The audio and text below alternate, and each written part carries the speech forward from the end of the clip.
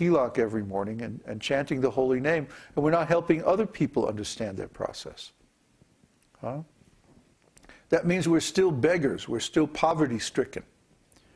I've mentioned so many times, if someone is actually rich, they give in charity. If someone is actually affluent, they share their affluence. It's a person's duty that if they have more than they need, they give it away to others, they share it with others. That's Vedic society. But if a devotee gets the holy name of the Lord and gets so many spiritual benefits and doesn't share it with others, then they're simply being a miser. And a miser, no matter how much money a miser has, he's still in poverty. Because he's not sharing, he's not giving. You see? So don't be a miser. If you get some gift of devotional service, share it with others. If you get some realization, share it. If you're on page 3 of Bhagavad-gītā and somebody else is on page 2, we'll help them out. Doesn't matter. You don't have to wait until you're fully realized to start preaching.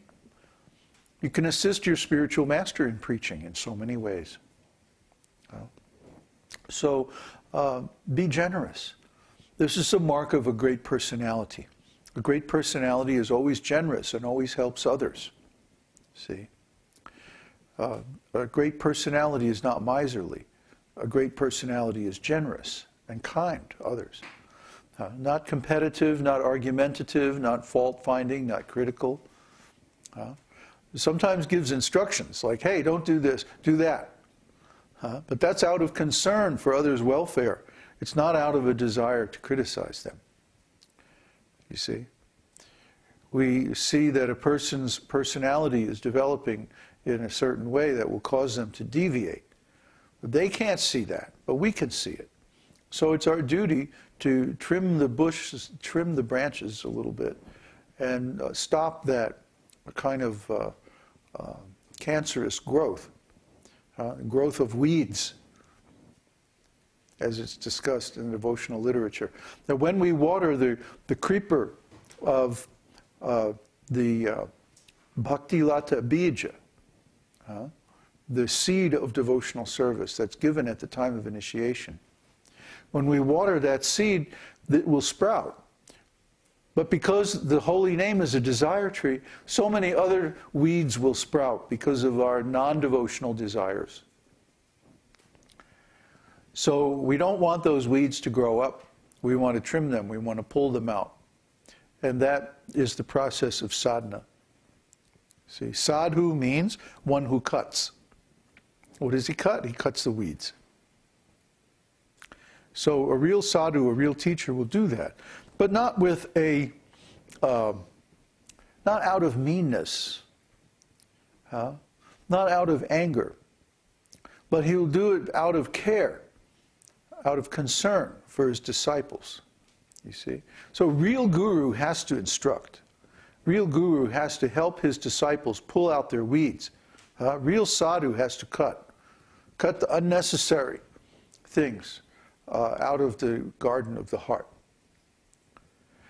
So sometimes we advise our disciples, don't get entangled in these material things. If you're not married, if you don't have a family, don't get involved in family life. If you're in school and you're trying to learn some material trade, well, that's all right, but don't try to become a big businessman, or don't try to become, don't go for some advanced degrees or something like that. Srila Prabhupada always warned against that. Don't become entangled in the material world. And people don't like to hear that, because they're conditioned that, oh, I need advanced education, I need a big degree. But what's the use of it? Your degree is going to be obsolete by the time you get out of school. I'll tell you this. The whole business world is corrupt, and now it's on the verge of destruction. Pretty soon a degree won't mean anything. So don't waste your time. Don't go to some materialistic school and get some nonsense degree. The world is changing so fast. By the time you get out of school, your degree will be virtually useless. Or the knowledge that you get in school. You know, the last year's knowledge, look at the internet. Last year's programming language, last year's design skills, last year's programming architecture and stuff like that, it's all useless. Now Google's coming out with Chrome. That's going to change the whole landscape. Believe it. Pretty soon you're going to walk around with this little thing in your pocket, and you're going to have these goggles, and you just like move your hand and stuff will happen. You'll have people walking down the street talking to themselves, moving their hands, doing all this stuff. You think cell phones were weird. Anyway, you see what I mean? Things are changing so fast, things are moving and advancing so fast, and that's not even to get into all the environmental changes and all the other stuff that's going to happen. So don't waste your time. Don't waste your time with materialistic entanglement. Don't waste your time with trying to advance in the material world. As I was telling one devotee today, I was doing an astrology reading, just take the results of your good karma that's coming to you from previous lives. You're going to get that money, you're going to get fed, you're going to get a house, you're going to get everything you need because of the karma from your previous life. You do not have to try to pile up material work in this life. You're going to get the results of your past karma anyway. Just like you're going to get the results of this life's activity in your next life. So you might as well do as much devotional service as you can in this life so that in the next life you have a wonderful situation in life. Why waste your time in material work? It's in the mode of passion. That means in the next life you're going to be born in a typical passionate situation somewhere in the material world. Give up the mode of passion. Embrace the mode of goodness. Perform transcendental devotional service. And then in the next life, you'll be in a wonderful situation in life. You won't have to work. You just do devotional service. What does Krishna do all day? Does he work? No. He plays. He just plays with his devotees in pastimes of love.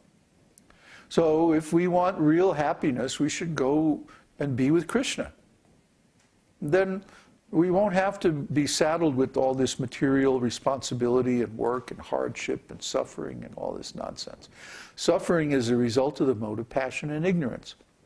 So if we don't engage in the mode of passion and ignorance, we won't suffer. It's as simple as that. That's the law of karma. That's just material. Above and beyond that, we can engage in transcendental devotional service and get spiritual credits. So don't waste your time. There's so little time left. Things are changing so fast. Any plan you make today is going to be useless tomorrow. So unless you can understand how things are changing and position yourself for the future, then you shouldn't be in the business of making plans at all. Simply follow. Simply follow the more intelligent people who can see what's going to happen and which way the future is going and who can make meaningful plans. And you have a better chance of getting through it all. So that's about all I wanted to say. You know, we have initiations coming up in New Jersey at Janmashtami. We're going to have a big initiation ceremony. So this is the time that, you know, if you're really serious about this devotional service, try to sign up and get yourself to New Jersey. You know, go on the website, on the new community site, and see what's going on, see how we're getting organized, and come to the festival. This is your chance. If you have been with us for a while, if you have been following these principles for a while, then there's a good chance that you could get initiation. We're going to be in the U.S. one last time, and we're leaving for India. Who knows when we're going to be back? Who knows if we're even going to be back? So after this, if you want initiation, you might have to come to India. Anyway, think of it as best opportunity that you're likely to have for some time to actually get this initiation as described in this verse. And see what we're doing, get into a relationship with our group, and try to advance in devotional service. That's the best advice I can give you. Do we have any quick questions? Oh, good.